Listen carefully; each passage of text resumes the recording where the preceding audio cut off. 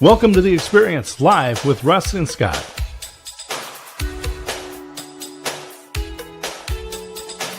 Join us every Wednesday at 7 a.m. Pacific, 10 a.m. Eastern on LinkedIn, YouTube, and Facebook. Learn more about the Experience community at our website, local.theexperience.video, and subscribe to our YouTube channel. The Experience is brought to you each week by these great sponsors. The Aspects of Aging weekly talk show with Christine A. Smith. Each Monday at noon Central, Christine hosts unscripted conversations with experts. Learn more at agingbetternetwork.com. Laura Gillott and the Gillott Home Team. Real estate for the Mid-Willamette Valley. Call the office at 541-451-2211. Learn more at teamgillott.com. The Jim Kuhlman Insurance Agency. Since 2003, the best in auto, home, business, life, and even pet insurance.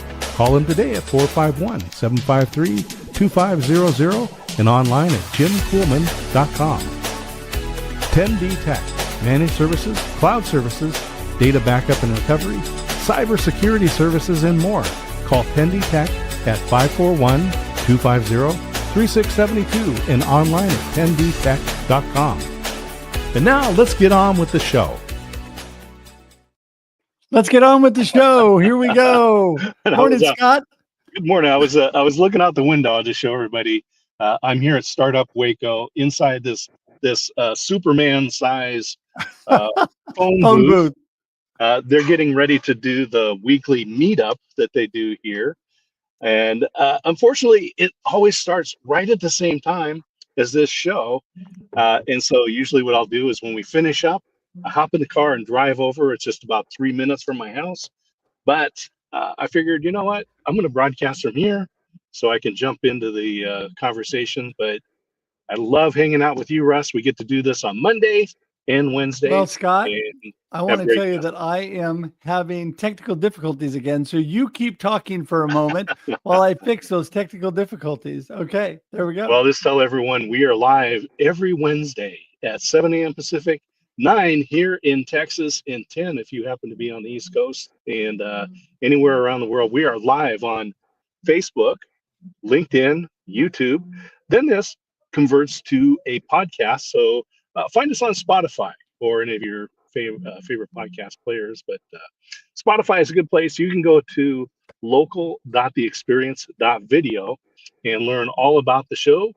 The other shows that we have, including the Marketing with Russ shows, which are on Monday and Thursday, Russ Reels, which is Thursday afternoons, and the Experience Local, which is on Monday, Believers in Business, and the Waco Experience, an American Story, which I broadcast from here in Waco. That's a show that broadcasts on KBBW every Saturday morning at 8:30, and then is a podcast worldwide. That is so awesome. And I'm back and I can hear you again, Scott. It's been one of those wonderful mornings. But, we're just so thankful everybody's here on The Experience Live with Russ and Scott, our flagship show. And Scott's giving you all the information, and I got it up on there at the screen, local.theexperience.video for all that you need. Don't forget to subscribe to our YouTube page. You can do it there or go straight to theexperience.video. We'll take you directly to our YouTube page. It's growing by leaps and bounds because my pets are more popular than Scott and I, and they're on our YouTube shorts. So there you go. I'm not surprised. There you go. But anyway, I am so excited every Wednesday to be here with you, Scott. And we do have the most amazing guests like Zak Stone, who's with us today. Mm-hmm. Zak is, if you guys, once you see him, you'll know, but he's my twin. So he and I, people get us confused. He likes to take selfies. I, of course, have the hashtag Russ selfie. We just look very similar, although he's younger, and buffer than I am. But well, I tell you, we were having a great conversation in the green room, and I look forward to bringing him on the stage here. He's got a fascinating background, and I think people will want to tune in and find out and share this with their friends because always inspiring stories here. Zak's got some great stuff to share. Absolutely, he does. And make sure, like Scott said, to share this out. Tag your friends right now. Let them know we are on, and we're going to get Zak in the room and get things started because he is an awesome, awesome friend. Good morning, Zak. Good morning, guys. How are you Zak. doing this morning? Doing great, doing great. It's such a blessing to have you on. When we officially got connected after people getting us confused and thinking we were twins online, I remember walking up to give a shout out at a Salem greeters meeting for the chamber. Zak's leading the meeting. He comes over, puts his arm around me, goes, "My twin." And so that was the start of a wonderful relationship and friendship, and what a great guy. So Zak, give us a little info. Who in the world is Zak Stone? What are you up to? I'm a almost 49-year-old professional photographer here in Salem, Oregon. I spent about 20 years in the commercial real estate field, and I decided I finally time to grow up and chase my dream of doing what I am passionate about. If that makes any sense. And well, I guess I'm also do other things too. So you're talking about photography, and early on we were talking about you strapping on like a 20-pound camera and doing so. Give us a little history here, because you were there before all of these GoPro YouTube stars were probably born. So you knew what was going on. I graduated high school in 1995, so technology was still pretty basic. I don't want to say basic, but it was still like learning what it could become. It was before this high definition. You had to use a bigger camera, and to put that camera in a water housing so it's protected, it was about a 20-pound, 25-pound ordeal or burden I had to bear to get the video shots that I wanted back when I was doing a wakeboarding, skateboarding kind of videos. Yeah. Well, what I love about you, Zak, is you are bigger than life. You're kind of in your calm mode this morning, but Zak, telling you, I did just wake up like 30 minutes ago. Zak, actually, caffeine. There you go. That's what I needed before the show started. Get my experience mug and get some coffee. But what I love, you lead huge meetings, very outgoing guy. And then you are also the entertainment at a professional basketball league and team here in Salem, the Salem Capitals, which is a lot of fun. Talk a little bit about those things and what you love about people and the community and coming together. Well, after I joined the Salem Chamber, that's when I really learned what community support is all about. A lot of like-minded people that work for businesses or own businesses, but want to see growth in a positive manner in our community. And I just fell in love with it and got behind it and started becoming a cheerleader for anyone and everyone who wants a better community, Salem, Kaiser area for us. Yeah. Well, Russ and I met at a chamber event, and so let's just talk about what is your business exactly, and how do you promote yourself at these chamber events and other events? So I'm a professional photographer, content creator. I work with different businesses here in Salem and in Oregon, and actually around the nation. I'll work with companies, national companies, especially in the outdoor field, and just help make marketing material for them. I try not to really sell myself at like chamber events. I feel like I want to work with people who I build a relationship with, people who I have fun with. And that's one thing I learned in real estate. I always wanted to work with people who could see the bigger picture, could see the end goal, but also have fun along the way. There's a lot of times I've had jobs or worked with people who take it almost way too serious, and there is a time and place to be serious, but also you got to remember why you're there in the first place. And it's not just to be miserable and grind hard. Yeah. Well, this, Zak, one thing when we first met, you're doing some amazing photography, but you're just so much bigger than that with all that you do. And like we talked about, the community stuff you're doing and all of that. I just love the kind of person and the heart that you have for our community, the heart that you have for all. And I like the fact that you have got to the point where a lot of people do. They start off in, the 9-to-5 job, or the, what they think they're expected to do, and then really realize what their passion is, that they really want to move that direction. And boy, some of the photography things you do and some of the areas that you capture, talk about what you really love to do with photography, and you're traveling all over taking pictures. So my favorite subject for photography is the night sky. As you can see behind me here, this is a photo of the Milky Way over Crater Lake. Kind of, if I move around, you kind of see it. I just got back from a trip just 2 days ago, and I was at this lake with the view of the Three Sisters, and the mosquitoes were so bad. Like, my friends were just getting eaten alive. I was getting eaten alive. But I didn't mind it because I knew the kind of photos I was getting. So I kind of like suffer for the photography. Shooting the Milky Way nighttime sky, you don't get a lot of sleep because you're having to monitor all your stuff. Sorry, I thought I had a visitor. You're monitoring your settings and compositions, and stuff change. Weather can move in and ruin your shot. I had that happen to me in Eastern Oregon a couple weeks ago. Some clouds rolled in and covered up the whole starry sky. So you also got to worry for rain. If it starts raining, get your camera gear protected. So let's talk about the gear a little bit, because I remember backpacking. We were in the Mount Rainier wilderness, and we were back in an area called Gobbler's Knob, and there was a guy who came in with a large format camera. And so people understand, I mean, that's a big piece. He came in with to take one picture, right? Oh, so he brought in like an old school. Oh yeah. I mean, it's this big piece of film, the whole thing, glass pane. He hiked in to take one picture and then hike out again, right? Digital photography has changed a lot, but let's just kind of talk about your evolution. We talked about these 20-pound rigs that you had. What have you seen? What's going on, and what's the future? Oh boy.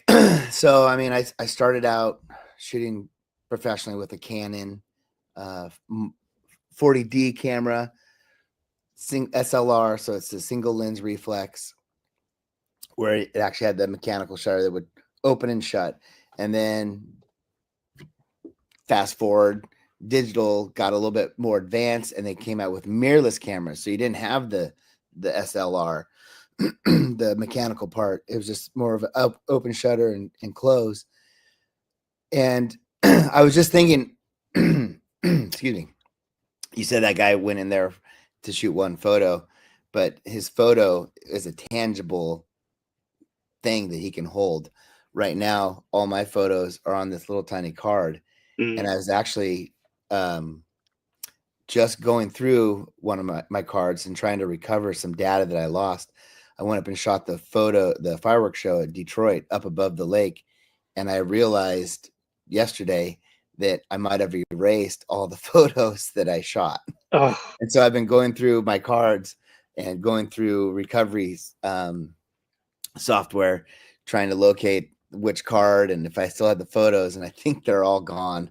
And I just the fact that technology, sometimes we think it's so great and so much easier, but here it is. If I would have just had film, that would never get deleted or lost unless you lost the film. But digitally, it can't be destroyed. I remember, it was when we got married, it was 1984. And the photographer, of course, this is all pre-digital, right? So it's an analog film. So he would get film from two different batches, and then he would take those two batches and split them and send them in at different times to processing, because he goes, we're doing weddings, and if it was a bad batch of film that came out, well, that's all lost. If we send it all in to get processed, and this is back in the day, right? Take it all down to the photo place, and they do the development and prints and stuff. He goes, if they had an accident and all that film was there. So there was a lot of precautions that I appreciated that he took back then. And so this is what I hear you're saying as well with the digital side. Yeah, like I have my camera, it has two slots for memory cards. just in case. You can shoot backup, or you can just shoot fill one and then fill the other. I'm that guy with the film camera. I bet he shot 24 or 60, 36 shots and then had to say timeout, no kissing, and switch film. Yep. Or he had an assistant where he's shooting, hands off a camera, grabs another camera. That's what I would do if I had to do film, because, man, I just shot my last wedding in May for a good friend of mine, and I don't really like shooting weddings. And I shot over 3,000 photos in 4 hours. I can believe it. I did 900 at my son-in-law's football game. Yeah. Wow. And, you know, you got to shoot that many sport events or like weddings or special occasions, because there's that certain moment that you're trying to capture, that magic that is exchanged between people. And you're kind of like in the background, like a paparazzi, like trying to capture that. And that's how I like to shoot, at least. I don't like to get up in people's face, really. And whenever we're trying to capture a moment and kind of be removed so they don't feel that pressure of the camera. But man, yeah, my wife's been editing those photos, and here we are, July, and she's almost done. She does a really good job of editing people photos, more so than I do, unless it's like of myself or food or the night sky.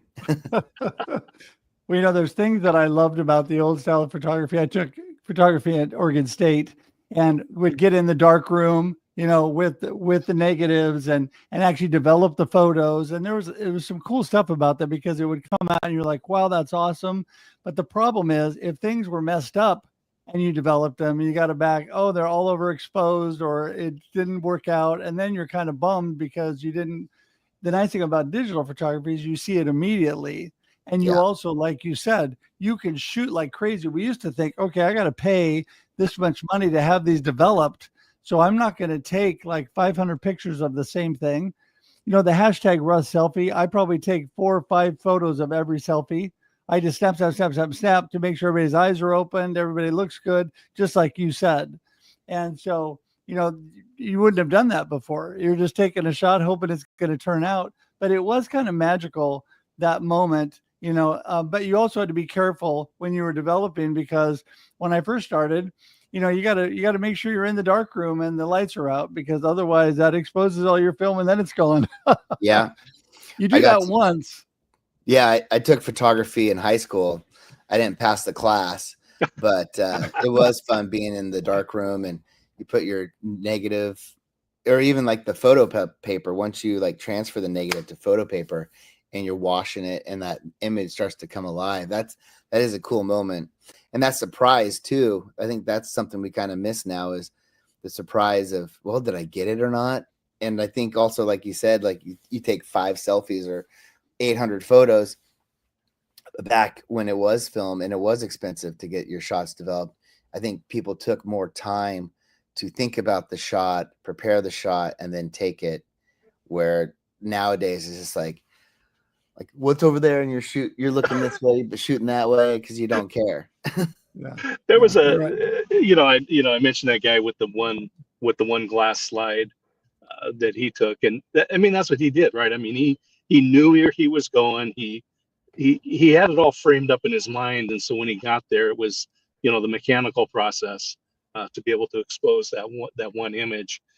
But I remember back, and this is in the early '80s, the National Geographic had come to the Oregon coast and did a story, and there's 3 pictures in there, and they are just, I mean, they're National Geographic photos. You know, you look at it and like, wow, I've been to the coast a lot.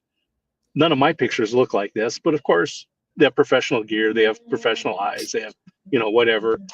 Then I found out, this is back in, 1981, that they took 10,000 frames to get 3. And I go, look, if I had a budget to take 10,000 frames, I could probably get 3 that look pretty good. Right. Not to say that they didn't have a higher percentage, but this is a problem. You mentioned you took 3,000 pictures at a wedding. So we do have a budget to take 10,000 frames today. Yeah. But it comes down to the time. You talked about your wife doing the editing. Let's talk about the editing process, because that's what differentiates us amateurs with our phones and a true photographer. So yeah, I start going through all the photos and just like looking because when you're there shooting, like, you know what you're trying to capture, and you know what you see, and you remember those moments and those times and the lighting.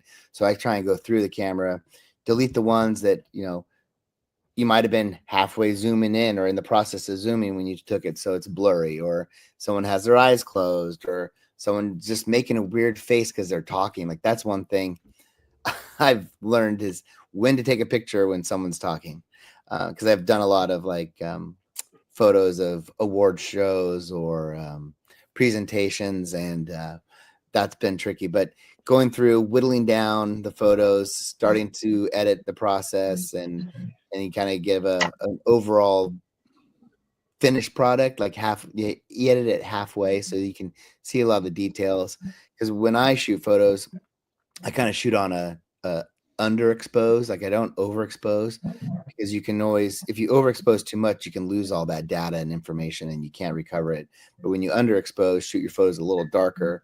When you put them in Lightroom, the software, not the actual red lighted room with all the chemicals, you can kind of bring back all those different things that might have been underexposed during it. But yeah, it's also, when you edit like wedding photos or people photos, like family pics, senior photos, you kind of want to edit a little bit, stop, sleep on it, wake up the next day, kind of have fresh eyes. It's amazing how many times I'll be editing something, even nighttime photography or a sunset, and I'm editing it and I think I'm going the right direction and I think I'm done with it, but I'll sleep on it, look at it the next day, maybe adjust a few things, and you realize, oh no, this looks better now.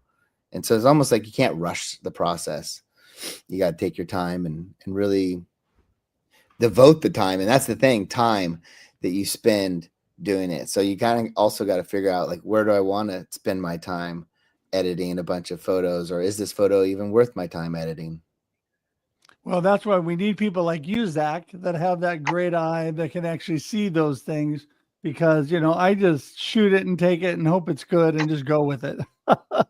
Well, once you learn, though, too, like, instead of looking at the screen that you're framing up, you learn to look at the camera, so you can kind of get that eye contact with the photo after it's been taken. That's what I do when you take a selfie. I look at the camera. I don't even know how good I look or not, but I know I'm next to you, so I must be looking good because we look the same. There we go. Well, there you're looking good. But I gotta tell you, the lesson I got from my friend Mr. D. Scott Smith. It's like, look at your camera. Look at your camera. He's telling me that I'm not looking at my camera, and I said, I am looking at my camera. He says, you're not looking at your camera. I'm looking at my camera. He goes, you're looking at yourself. You're not looking at your camera. Well, I know. Put your finger over the camera and you'll know where it is, So, yes. Well, and like right now, I'm looking down at you while I'm listening to you. But if I look at myself, I can tell my eyes are looking down. So then I got to just look at the green light. Right. Let's talk about trends in fashion, because apparently in the 50s and 60s, people just loved black and white photographs. In the 70s, they loved them where they were like, all the reds were washed out, right? I don't know. I'm just saying. That tangible photos, they change over time. But let's talk about, what are the styles, what are the fashions in photography right now? Boy, it's all over the place, because depending on where you live and your culture and what you're experiencing. Also, like, with all these social media sharing apps, it's so much quicker and easier for stuff to get put out there and absorbed, and then people can, back in the day, like National Geographic, you had to have that magazine to see that photo. And nowadays, like, you can take a photo, post it on social media, and it could become something viral by people resharing it over and over again. And before you know it, not just your 10 friends, but 10,000 people that you don't even know have seen your photo. That's always I feel like our reach now it's gotten bigger, but made the world smaller. Like, an incident can happen somewhere in the world and everyone can know about it right away. I think that's one of the trends, is like the instant not gratification, but the instant sharing of information, right, has definitely advanced. And who do you admire as a photographer out there? I mean, for those of us growing up, it was the coffee table Ansel Adams books, right? I mean, Oh that's what yeah. we all saw. But who do you see today that you like to emulate or would like to be like, or what do Boy, you draw inspiration from? I when I was moving or making the switch from real estate into photography, there was a gentleman on YouTube that I watched a lot of his videos, Casey Neistat, and he was a filmmaker who worked on big projects, small projects, self-made. Um, he finally decided, you know what, I'm done doing the Hollywood thing. I'm done listening to other people tell me I can't put it up like this or I can't make a movie like this. And he just started doing YouTube videos, and he started daily vlogging, and that like helped him hone his craft on editing and storytelling. But his attitude and his just like, I'm going for it. That was something that really inspired me to try and make photography my career and my full-time job. And so that was a huge inspiration. I just actually got done. This was like 2015, 16, and 17. 2018 is when I left real estate altogether and just started photography. But I just rewatched all of his vlog videos the end of last year, and it took into this year because there's over like 600 videos. But it was such a recharge of creativity and drive for me that I was like, man, this guy needs to make more videos. But as you watch his videos and you see him progress over the 5 years, 6 years, you learn that, you know, it work is important, but it's not the whole thing. And spending time with your family and friends, that's what it's really all about, and making sure you have that time. And that's one thing that I kind of relearned this second time watching his videos is like, after 5 o'clock, I'm not going to respond to emails or texts or edit photos. I'm going to spend time with my wife and kids. And then like last night, after the kids were in bed, my wife and I were watching TV, and I just sat on the laptop for maybe 30 minutes and got some stuff done. But reorganizing my time and what's important, you know, our kids are only little for a while, and mine are now 14, 12, and almost 9. So it's going by fast. Oh my goodness. It goes by so fast. Trust me, my little one is almost 35, and my little boy is 32. So it goes flying on by, I tell you. And Zak, Well, you know what? I understand, because my daughter is already looking at getting her own cell phone plan, and she's only 27. Yes, I tell you, Good for her. Good for her. Yeah. Focusing so on what's young. important. That's right. Well, focusing on what's important, Zak, so great. Such a great message. And I just love all that you're doing. And everybody loves a story. You were talking about that with pictures. Everybody loves a story. And when you can tell that story, that's why personal branding photography is so popular today. People are telling a story about the person.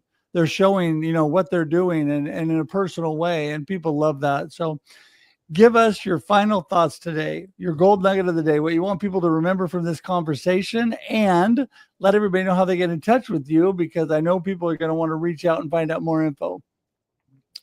So I'm gonna quote something from Casey Neistat, because this was, you know, how you kind of like put something off because it's not perfect, or you're making something, you're like, all right, I'm gonna tweak this, do that, but I'm not sure if I want to share yet. Like taking a selfie or making a video, and it's like you have this idea in your head of what perfect is. Well, don't let perfect get in the way of good enough. And I think with nowadays, with how short everything's consumed, the time frame, like when you look at a photo, you look at it maybe once, maybe you'll look at it twice, but then it's pretty much done. You're not going to go back and look at it again. Same with the video. Some videos you will want to watch over and over, but I'd say don't be afraid to just put yourself out there, put your product out there, and see how the world takes it. You can reach me at Zak Stone Photography. That's ZAKSTONE Photography on Instagram, Facebook, TikTok. You can email me at zakstonephotography@gmail.com. I'm not going to give you my phone number, but that's how you can contact me.